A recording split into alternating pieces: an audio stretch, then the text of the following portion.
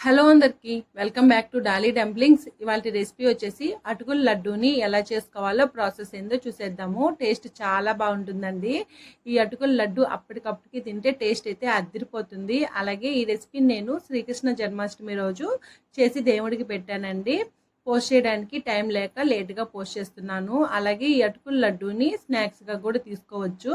ఇప్పుడు ఈ లడ్డూల్ని ఎలా చేసుకోవాలో ప్రాసెస్ చూసేద్దాము. దీనికోసం ముందుగా స్టవ్ ఆన్ చేసుకొని ప్యాన్ పెట్టుకొని ఇందులో 2 టేబుల్ స్పూన్ల వరకు పొట్టు తీసేసిన వేరుశెనగ పప్పుల్ని వేసుకొని మంటని మీడియం టు లో ఫ్లేమ్లోకి అడ్జస్ట్ చేసుకుంటూ ఈ పల్లీలని వేయించుకోవాలి. మీ దగ్గర పొట్టు తీసిన పల్లీలు లేనట్లయితేను పల్లీలని వేయించుకొని పొట్టు తీసుకోండి. ఇప్పుడు ఇందులోనే 2 టేబుల్ స్పూన్ల వరకు దబ్బ శనగల్ని వేసుకోవాలి. అవేనండి తినే శనగలు అంటారు కదా, వాటిని వేసుకొని 1 నిమిషం వేయించుకోవాలి. ఇవి లైట్గా కలర్ చేంజ్ అయిన తర్వాత ఇందులో 1 కప్పు అటుకుల్ని వేసుకోవాలి. మీరు తీసుకునే అటుకులు మరీ పల్చగా కాకుండా కాస్త మందంగా ఉండే అటుకుల్ని తీసుకోవాలి. ఇప్పుడు ఈ అటుకుల్ని 2 నిమిషాల పాటు మంటని లో ఫ్లేమ్లో ఉంచి వేయించుకోవాలి. చూడండి, మధ్య మధ్యలో కలుపుతూ వేయించుకోవాలి. ఇందులోనే కొన్ని ఎండు కొబ్బరి పొలుకుల్ని వేసుకొని మరో 1 నిమిషం పాటు వేయించుకోవాలి. మీ దగ్గర ఎండు కొబ్బరి పౌడర్ ఉన్నట్లయితేను వేయించుకోవాల్సిన అవసరం లేదండి. ఇప్పుడు వీటిల్ని ఒక ప్లేట్లో తీసుకొని పూర్తిగా చల్లారనివ్వాలి. ఇవి చల్లారేలోగా 1 టేబుల్ స్పూను నెయ్యిని వేసుకొని నెయ్యి వేడైన తర్వాత ఇందులో కొన్ని జీడిపప్పు పలుకులు అలాగే కొన్ని కిస్మిస్ని వేసుకొని లైట్గా కలర్ చేంజ్ అయ్యే వరకు వేయించుకోవాలి. చూడండి, ఈ విధంగా వేయించుకుంటే సరిపోతుంది. ఇంకా మీకు కావాలంటే ఇందులో పిస్తా అలాగే బాదం పప్పును కూడా వేసుకోవచ్చు. నేనైతే వేయట్లేదండి. ఇలా వేయించుకొని వీటిని కూడా పక్క తీసుకోవాలి. ఇప్పుడు ఇదే కడాయిలో మీరు ఏ కప్పుతో అయితే అటుకుల్ని తీసుకుంటారో ఆ కప్పుతో 1/4 కప్పు బెల్లం తురుముని వేసుకోవాలి. అలాగే 1/2 కప్పు వాటర్ని వేసుకొని మంటని లో ఫ్లేమ్లో ఉంచి ఈ బెల్లం తురుముని బాగా కరిగించుకోవాలి.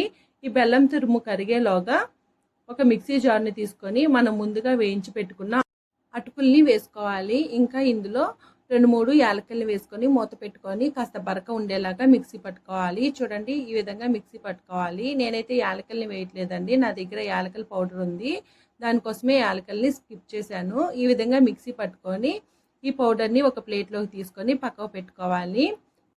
పలుకులు ఏమీ లేకుండా ఒకసారి బాగా మిక్స్ చేసుకోవాలి. చూడండి, ఈలోగా బెల్లం కూడా కరిగిపోయింది కదా, అక్కడక్కడ ఇంకా బెల్లం ముక్కలు ఉన్నాయి కదండి, ఇవి కూడా మెల్ట్ అయ్యే వరకు మధ్య మధ్యలో కలుపుతూ ఈ బెల్లం నీళ్ళని మరిగించుకోవాలి. అలాగే కాస్త స్వీట్ ఎక్కువ కావాలనుకున్నట్లయితే మాత్రం 1 కప్పు అటుకులకి 1 కప్పు బెల్లం తురుముని వేసుకోవాలి. లేదంటే 1/4 కప్పు బెల్లం తురుము సరిపోతుంది. చూడండి, ఇక్కడ బెల్లం మొత్తం కరిగిపోయింది కదా. ఇప్పుడు స్టవ్ ఆఫ్ చేసేసుకొని మనం ముందుగా మిక్సీ పట్టుకున్న అటుకుల పౌడర్లో 1 టేబుల్ స్పూన్ వరకు ఇలాచీ పౌడర్ని యాడ్ చేసుకొని ఒకసారి ఈ ఇలాచీ పౌడర్ ఈ అటుకుల పౌడర్లో కలిసేలాగా బాగా మిక్స్ చేసుకోవాలి. ఇలా కలుపుకున్న తర్వాత మనం ముందుగా మరిగించి పెట్టుకున్న బెల్లం నీళ్ళని వడగట్టి తీసుకోవాలి. ఇలా వడగట్టుకొని వేసుకోవడం వల్ల ఏదైనా డస్ట్ పార్టికల్స్ ఉంటే వచ్చేస్తుందండి. ఇప్పుడు ఈ బెల్లం నీళ్ళతో ఈ అటుకుల పౌడర్ కలిసేలాగా బాగా మిక్స్ చేసుకోవాలి. ఇలా కలుపుకున్న తర్వాత ఒక 5 నిమిషాల పాటు అలాగే వదిలేసేయండి. ఇలా వదిలేయడం వల్ల ఈ బెల్లం నీళ్ళని ఈ అటుకుల పౌడర్ బాగా పీల్చుకుంటుంది. చూడండి, 5 నిమిషాల తర్వాత ఈ మిశ్రమాన్ని ఒకసారి చేత్తో బాగా మిక్స్ చేసుకోవాలి. చూడండి, 5 నిమిషాలకి నీళ్ళని బాగా పీల్చుకొని బాగా గట్టిగా అయింది కదా. ఇప్పుడు ఇందులో మనం ముందుగా వేయించి పెట్టుకున్న డ్రై ఫ్రూట్స్ని వేసుకోవాలి. అలాగే చేతికి కాస్త నెయ్యిని అప్లై చేసుకొని ఈ మిశ్రమాన్ని ఒకసారి నేను ఇక్కడ వీడియో క్లిప్లో చూపించే విధంగా బాగా మిక్స్ చేసుకోవాలి. ఇలా కలుపుకున్న తర్వాత మీకు ఈ అటుకుల లడ్డులు ఏ సైజులో కావాలో ఆ సైజుకు తగ్గట్టు పిండిని తీసుకొని ఇలా రౌండ్ బాల్ లాగా చుట్టుకోవాలి. చూడండి, అదే విధంగా అంతా మిశ్రమాన్ని రౌండ్గా చుట్టుకోవాలి.